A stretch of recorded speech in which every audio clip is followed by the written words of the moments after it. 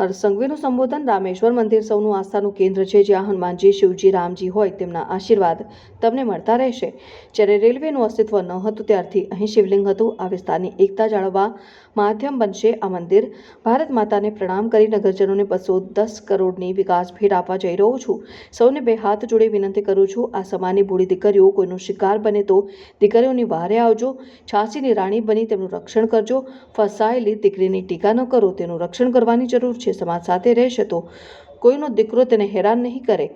ભૂપેન્દ્ર પટેલની સરકારમાં નિર્ણય લેવાયો છે જે દીકરીને નામ બદલી ફસાવશે, ખોટું નામ ધારણ કરી લગ્ન કરશે, એવા ગુનેગારને ભાજપ સરકાર સબક શીખવાડશે।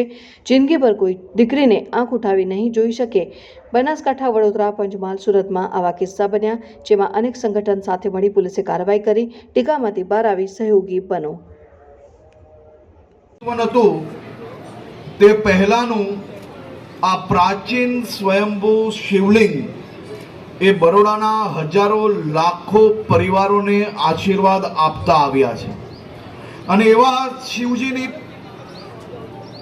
આપને સૌને કદાચ મારી તમારી પેઢીને તો અહીંયા દર્શન કરવાનો અવસર મળતો જ હશે, પરંતુ પેઢીઓ પહેલાથી વડોદરાના નગરજનોને આ મંદિરે, આ સ્થળે આશીર્વાદ આપ્યા છે અને આપણા સૌનું ખૂબ મોટું આસ્થાનું કેન્દ્ર બી રહ્યું છે।